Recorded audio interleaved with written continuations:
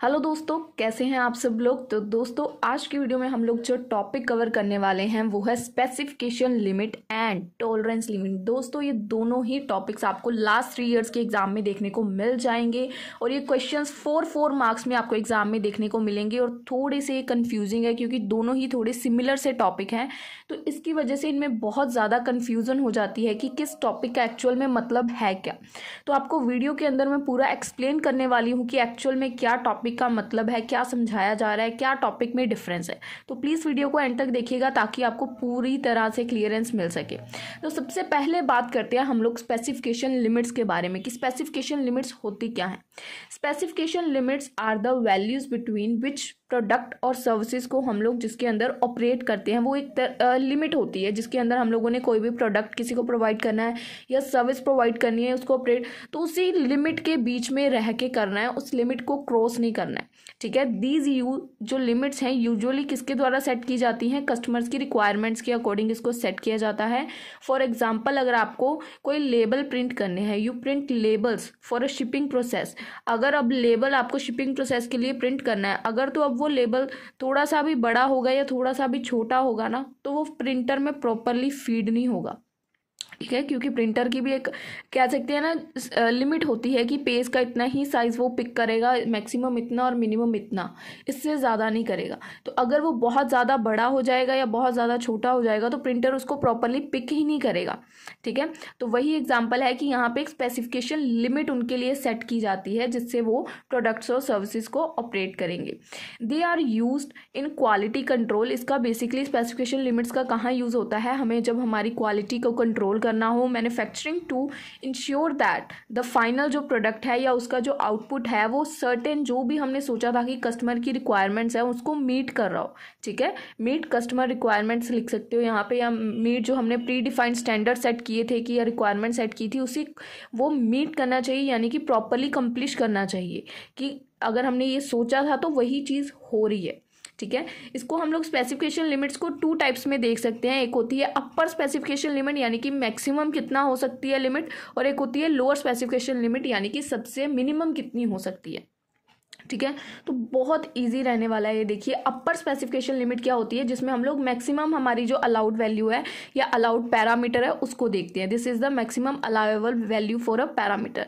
ठीक है, अगर हमारी जो मेजरमेंट है या हमने जो भी क्वालिटी करेक्टरिस्टिक की है वो एक्सीड चली जाती है, यानी कि जो हमने मैक्सिमम वैल्यू सोच रखी है सबसे ज़्यादा उससे एक्सीड चली जाती है, exceed the upper specification limit, तो हम लोग इसको क्या कंसिडर करेंगे कि हमारी स्पेसिफिकेशन लिमिट से बाहर चली गई है, out of the specification limit, और जो हमारा प्रोडक्ट है वो अनएक्सेप्टेबल हो जाएगा।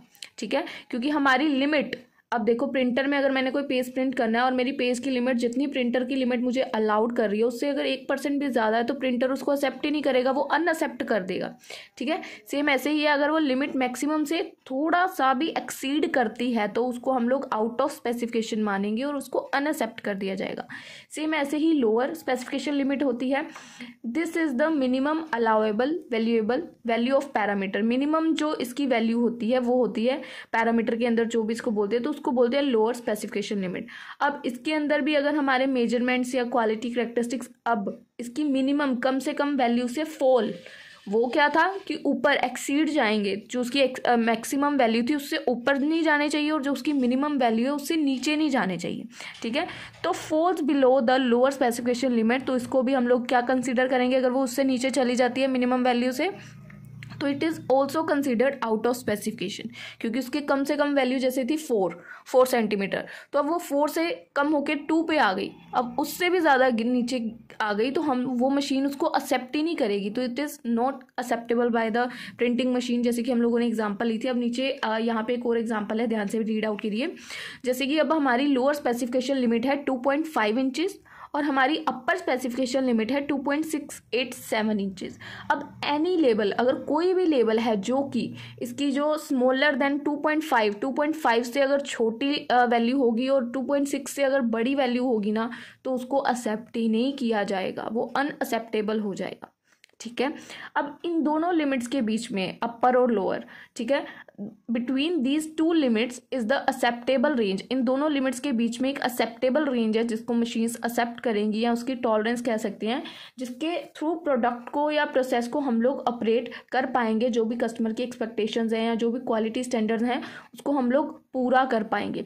ये जो रेंज है जैसे कि हमने देखा 2.5 से लेकर 2.687 के बीच में, ये जो रेंज है ये हमारी स्पेसिफिकेशन टॉलरेंस की एक रेंज बोल सकते हैं जिसके थ्रू हम लोग कस्टमर की एक्सपेक्टेशंस को पूरा कर सकते हैं, ठीक है। मैन्युफैक्चरर्स और क्वालिटी टर्म्स, जो भी इसकी क्वालिटी कंट्रोल की टर्म है, स्पेसिफिकेशन लिमिट्स, देखो क्या लिखा हुआ है, manufacturers and quality control terms in specification limits का यूज़ करते हैं टू इंश्योर दैट कि जो उनका प्रोडक्ट है या जो उनका प्रोसेस है वो कंसिस्टेंट है और जो वो कस्टमर की रिक्वायरमेंट्स को पूरा कर रहा है कि नहीं कर रहा, ठीक है। स्टैटिकल जो प्रोसेस होता है इसका, statistical process control technique and quality control tools are often employ, इन दोनों को ऑफ्टन किया जाता है कि ये मॉनिटर करें, एम्प्लॉयज़ को मॉनिटर करें और उनके प्रोसेस को देखें, मेंटेन करें, कुछ स्पेसिफिकेशन लिमिट्स उन पे अप्लाई करें। अगर तो उनके मेजरमेंट्स या जो भी उन्होंने करैक्टरिस्टिक्स देखे हैं, वो उन्होंने जो भी मेजरमेंट्स किए हैं वो उसके बाहर जा रहे हैं, fall outside the specification limit, ठीक है। जैसे कि हमने एक मिनिमम स्पेसिफिकेशन लिमिट बता दी और एक मैक्सिमम, अब वो उसी से बाहर जा रहे हैं, fall outside the specification limit, तो हमें उसके ऊपर करेक्टिव एक्शन लेना पड़ेगा। Corrective actions are taken to address the, ताकि हम लोगों को जो भी प्रॉब्लम है हम लोग इस इश्यू को फाइंड आउट कर सके, उसके ऊपर सही टाइम पे सही एक्शन ले पाए, ठीक है, जिससे हमारा जो प्रोडक्ट या प्रोसेस है वो बैक इनटू प्रोसेस आ जाए, उसमें हमें कोई ज़्यादा परेशानी ना देखनी पड़े। अब देखो स्पेसिफिकेशन लिमिट्स जो हैं वो एसेंशियल हैं इंडस्ट्रीज़ के अंदर, जहाँ पे क्वालिटी एंड कंसिस्टेंसी है जो क्रिटिकल होती है मेंटेन करनी, वहाँ पे हम लोग लगाते हैं स्पेसिफिकेशन लिमिट्स को। जैसे कि वहाँ पे लगे होते हैं ऑटोमेटिव मोड, मैन्युफैक्चरिंग ऑटोमेटिक होती है, इलेक्ट्रॉनिकली होती है, फार्मास्यूटिकल्स में, फूड प्रोडक्ट्स में या अमंग अदर बहुत सारे होते हैं। तो ये स्पेसिफिकेशन लिमिट्स क्या हेल्प करती है, अब देखो हमने मशीन में एक लिमिट लगा दी कि इसके अंदर ही प्रोडक्ट बनना है। अब जो ऑटोमेटिक मैन्युफैक्चरिंग हो रही है उसमें हमने कुछ तो लिमिट लगानी पड़ेगी ना, वो उसी हिसाब से मशीन काम करेगी। ऐसा तो है नहीं हमने मशीन चला दी और उसमें लिमिट नहीं लगाई कि कितने प्रोडक्ट बनाने और मशीन दिन के 1000 प्रोडक्ट बना रही है, नहीं ना, तो हमें एक लिमिट सेट करनी पड़ेगी, ठीक है। तो ये हमें हेल्प करेगी ensure that the products are safe, कि प्रोडक्ट सेफ हैं, रिलायबल हैं और कस्टमर की जो भी डिज़ायर क्वालिटी स्टैंडर्ड्स हैं उनको पूरा कर रहे हैं, ठीक है। अब बात करते हैं, हमने क्वेश्चन में ही देखा था कि हमारे यहाँ पे 2 पॉइंट है। पहला है स्पेसिफिकेशन लिमिट, आई होप आपको क्लियर है कि पूरी तरह से स्पेसिफिकेशन लिमिट्स होती क्या हैं। अब बात करते हैं कि हमारी टॉलरेंस लिमिट क्या है। टॉलरेंस लिमिट में बहुत ज़्यादा कन्फ्यूज़न हो जाती है मोस्ट ऑफ द टाइम कि टॉलरेंस लिमिट और स्पेसिफिकेशन लिमिट में फ़र्क क्या है, तो आपको दोनों पॉइंट्स इसी में देखने को मिलने वाले हैं। In the context of statistical quality control जो हमारा चैप्टर है, टॉलरेंस लिमिट रेफर करती है एक range. Tolerance limit refers of the range of acceptable variability or deviations from a desired target or specification limit in manufacturing and quality control process।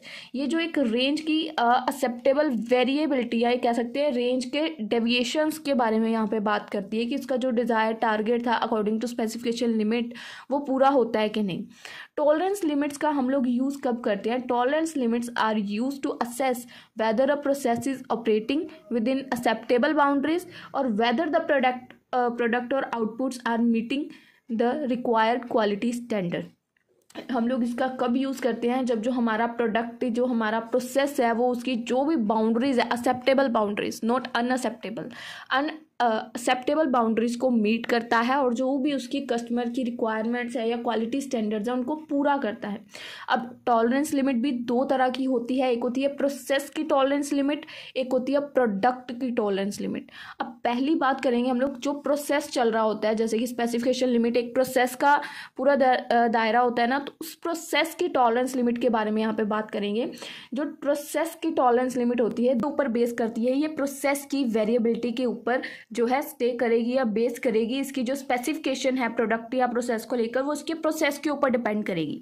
These limits are based on the process variability and specification of the product, ठीक है। Process जो भी है इसका वो इसकी process की variability पर डिपेंड करेगी। हमें हेल्प करेगी टॉलरेंस लिमिट कि हम लोग डिटरमाइन कर पाएँ कि जो भी हमारे काम, जो भी हम लोग प्रोसेस कर रहे हैं उसकी वेरिएबिलिटी जो भी है, जो भी हमने काम किया है, जो भी हमने उसकी वेरिएबिलिटी चेक करके काम किया है वो एक्सेप्टेबल लिमिट्स के अंदर रह के काम किया है क्योंकि जैसे हमने स्पेसिफिकेशन लिमिट्स देखी थी उसकी भी कुछ लिमिट्स थी, वैसे ही टॉलरेंस की भी कुछ लिमिट है। एक्सेप्टेबल लिमिट्स के अंदर रह के ही काम होना चाहिए, तभी हम लोग कस्टमर की रिक्वायरमेंट्स को पूरा कर पाएंगे।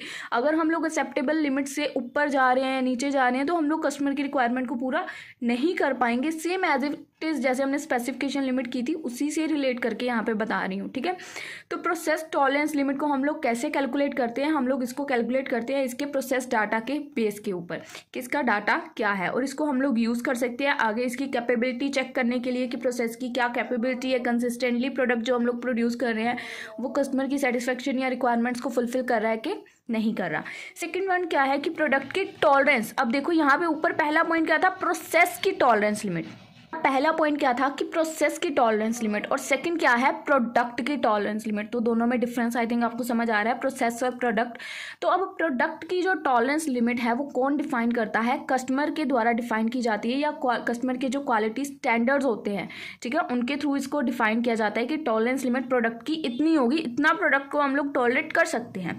एंड रिप्रेजेंट करती है हमें अलाउएबल वेरिएशंस की, कितनी वेरिएशंस अलाउ है, ठीक है, कितना हम लोग उसको सेट डाउन कर सकते हैं, कितनी लिमिट अलाउड है। तो उसी के कैरेक्टरिस्टिक फीचर्स के बेस पे एक प्रोडक्ट को प्रिपेयर किया जाता है, उसकी टॉलरेंस लिमिट दिखाई जाती है, और ये जो लिमिट्स होती है टिपिकली स्पेसिफाई की जाती है इन टर्म्स ऑफ अपर और लोअर लिमिट, जैसे कि स्पेसिफिकेशन लिमिट्स में होता है, ये भी उसी से रिलेट करेगा। और ये जो स्पेसिफिकेशन लिमिट है ये इसकी एक रेंज डिफाइन कर देंगे जिसके अंदर प्रोडक्ट को हम लोगों ने उसी रेंज के अंदर प्रोडक्ट को ऑपरेट करना है ताकि कस्टमर की एक्सपेक्टेशंस को हम लोग पूरा कर पाएँ, ठीक है। तो ये जो रिलेशनशिप है प्रोसेस की टॉलरेंस लिमिट और प्रोडक्ट की टॉलरेंस लिमिट के बीच में, ये क्रूशियल रोल प्ले करता है स्टैटिकल क्वालिटी कंट्रोल के अंदर। इनका मेन गोल क्या होता है कि इन्होंने इंश्योर करना कि जो भी हम लोग प्रोसेस कर रहे हैं प्रोडक्ट के लिए वो कैपेबल हो प्रोडक्ट्स को प्रोड्यूस करने के लिए, जो कंसिस्टेंटली फॉल और जो प्रोडक्ट की टॉलरेंस लिमिट है या कस्टमर की जो भी रिक्वायरमेंट्स है उसको पूरा करें। अगर तो देखो, अगर तो हमारा जो प्रोसेस है वो मतलब जो वेरिएशंस हमने सेट की हैं उससे एक्सीड कर जाता है, स्पीड चली जाती है, तो जो स्पेसिफाइड प्रोडक्ट की टॉलरेंस लिमिट है इसका रिजल्ट क्या होगा, अगर वो उससे ज़्यादा चलेगी तो it can result in product that do not meet quality standards. तो वो प्रोडक्ट हमारे क्वालिटी स्टैंडर्ड्स को मीट ही नहीं कर पाएगा क्योंकि वो जो हमने लिमिट एक सेट की थी उससे बाहर चली गई। तो इसकी वजह से क्या हो सकता है, may lead to customer dissatisfaction, जिससे कस्टमर को डिससेटिस्फैक्शन हो सकता है और पोटेंशियल रीवर्क और स्क्रैप वगैरह बढ़ सकता है। तो ये था हमारा इन दोनों टॉपिक्स का आई थिंक एक्सप्लेनेशन आपको क्लियर है। अब समरी में एक बार आप लोग देख लो कि जो टॉलरेंस लिमिट है उसका क्या है। टॉलरेंस लिमिट एक कॉन्टेक्स्ट स्टैटिकल क्वालिटी कंट्रोल का है जो हमें हेल्प करता है ताकि हम लोग मैन्युफैक्चरिंग क्वालिटी कंट्रोल प्रोसेसेस को देख सके, जिसके थ्रू हम लोग प्रोडक्ट्स को प्रोड्यूस करते हैं ताकि हम लोग कस्टमर की रिक्वायरमेंट्स को पूरा कर सके। कस्टमर ने जो भी प्रोडक्ट की डिमांड की है उसको मॉनिटर करेंगे, मैनेज करेंगे प्रोसेस की वेरिएबिलिटी स्पेसिफिकेशन, तो जिसकी हेल्प से हम लोग प्रॉपर एक मैनर में बोल सकते हैं कि स्पेसिफिकेशन लिमिट्स और टॉलरेंस लिमिट्स को अप्लाई करते हुए कस्टमर्स की रिक्वायरमेंट को फुलफिल करेंगे। दोनों का मर्जर अप आप लोग ये चीज़ लिख सकते हो। सो दोस्तों ये था आज का टॉपिक स्पेसिफिकेशन लिमिट्स, जिसमें हमने दो लिमिट्स देखी, अपर और लोअर, और टॉलरेंस लिमिट के अंदर हमने देखा प्रोसेस टॉलरेंस लिमिट और product tolerance limit. So I hope आपको ये दोनों क्वेश्चंस अच्छे से क्लियर है। 4 मार्क्स में आपको दोनों टॉपिक्स देखने को मिल सकते हैं, तो थोड़ा सा इंपॉर्टेंट टॉपिक है, थोड़ा सा ध्यान इसकी तरफ दे सकते हो आप, क्योंकि मैंने वीडियो में इतना तो समझा दिया कि आपको अगर टॉपिक अब आ जाए तो आप लोग इसके अंदर इतना तो लिख सकते हो बिना स्टडी किए भी दोबारा कि आप लोग मटेरियल 1-2 पेज का लिख लो, ठीक है। स्पेसिफिकेशन लिमिट में क्या होता है, 2 तरह की लिमिट होती है, अपर से अप नहीं जाना चाहिए और लोअर से लो नहीं जाना चाहिए, बीच में एक रेंज बनानी है। टॉलरेंस में क्या होता है, प्रोडक्ट की टॉलरेंस और प्रोसेस की टॉलरेंस, तो आप लोग लिख लोगे, ठीक है। सो दोस्तों आई होप आपको वीडियो अच्छे से क्लियर है। नोट्स आपको नीचे डिस्क्रिप्शन में मिल जाएंगे, कुछ भी डाउट है तो आप लोग कमेंट सेक्शन में पूछ सकते हैं। मिलेंगे आप लोगों से हम लोग अपनी अगली वीडियो में, तब तक के लिए गुड बाय।